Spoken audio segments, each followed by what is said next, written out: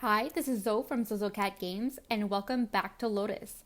I just finished a long streak of trading and time traveling to obtain two of each of the Toy Day items, and now I'm going to build a cataloging station on my beach where I will allow players from Nookazon to come touch trade all 51 items for free. Let's get started.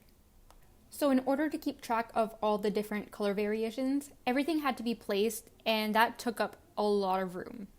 And then every item had to be individually picked up and dropped for cataloging. What I'm doing is putting one placed item to indicate the color and type of item, and then I'm dropping that very same item in that same color right in front of it. This way, players who only need a few of the items can just catalog what they need. It's really important to me that the area will be easy to walk through, and it absolutely needs to be aesthetically pleasing, so I'm being really picky about the placement of each item. But these kids' tents are just really not cooperating. They are just so big and there are just so many of them. But I do anticipate that they will be one of the most popular cataloged items just because of how versatile they are. There is one for any island theme like kidcore, cottagecore, fairycore, or even springcore. Once I had only one row of the kids' tent, the area became much less crowded and I started feeling a lot more confident in this idea. When I played the Toy Day event initially, like 6 months ago, I remember only getting a small fraction of the color variations, despite playing 4 times with all 4 profiles on my island. So collecting everything was a long and very expensive process. Each of these items sell on Nookazon for between 30 and 50,000 bells, or 3 to 5 Nook Mile tickets. So I wanted to offer a service where no one had to go broke to get access to these awesome things. I have actually never done a proper build on this front beach area of my island, and now I'm thinking it might be fun to have it be a permanent cataloging area. Not necessarily with the Toy Day items, but I could rotate furniture sets like weekly or monthly. I am currently halfway through getting all the cute furniture in each color variation, or I'm thinking I could also do a beach cataloging event with all the beach balls, beach chairs, towels, life rings, and surfboards, etc. The dollhouses, tents, and plushies are finally set up, and I'm really happy with the results so far. Next, I am doing the robots, which were super easy to organize because they only take up one tile space, and I could fit them in a very neat row on my path. Next is the pop-up books, of which there are only 4, but I do really like this item because you can display it open to get the 3D pop-up effect, or closed just as a regular book decoration. Then I had to move all of my dinosaur toys over by one tile so that the drop version would be directly in front of it. I am kind of starting to realize that I am never going to have room for all of these items and my storage is already full, so I'm thinking maybe doing a giveaway. If you'd be interested in winning one of each of the items, so 51 total items, then leave a comment down below telling me that you would love to have this set, and I will pick somebody at random whenever I decide to take apart this build and do a different one, and hopefully you win. That'd be cool, right? Now I'm finally working on the remote control helicopters. These were pretty hard to find on Nookazon, or at least they were when I was looking for them.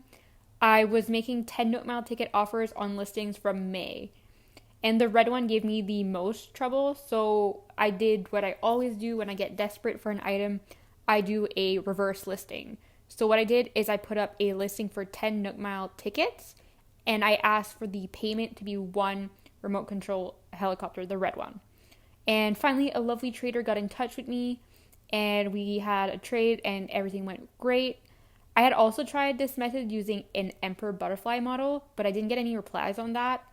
But it would have been a really good deal if somebody just had the helicopter in storage and got a butterfly model out of it. That would have been pretty good.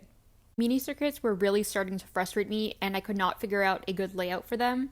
And I kept accidentally picking up more than one at a time, and then I didn't know which color was which. It was a mess. But thankfully, Chrissy stopped by and did a little bit of beach yoga, and that just melted away all of my anxiety. When I finished with the mini circuits, I realized I had a large awkward space left, so I decided to quickly move over the pop-up books. And then with the rest of the space, I dropped some gift bags. These were filled with 99,000 bells per bag. That way, everyone can go back to their island and order any of the items they cataloged. Now, let's invite some people over. The touch trade event was really fun and successful. All I had to do was put up a listing for one of the kids' tent for touch trading, and immediately the offers started pouring in. I made sure to choose players with more than 5 reviews so that I wouldn't get any scammers. And many players visited my island. Some cataloged only a handful of items and some cataloged every single one. The process was incredibly quick and easy because everybody followed the rules, which were to pick up only one item at a time and drop it exactly where you found it. I checked after every trade and no items were missing or misplaced, so everybody got a 5-star review from me, and I got some really good feedback as well. While I'm editing this video, all I can think about is that this is really proof that the Animal Crossing community is the most wholesome one on the internet. Whether I was trading with a 10-year-old or a mom of a 10-year-old, I have received nothing but love and kindness from other traders, and that really played a huge part in maintaining my sanity throughout the pandemic. We all just want to create beautiful islands for our villagers, and that just brings us together. After a few trades, I found out that the most popular items were the tents, dollhouses, puppy plushies, and pop-up books, which are also my favorite and most used of the Toy Day items.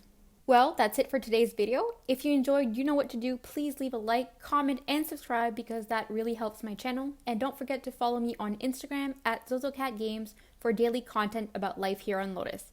Thanks for watching!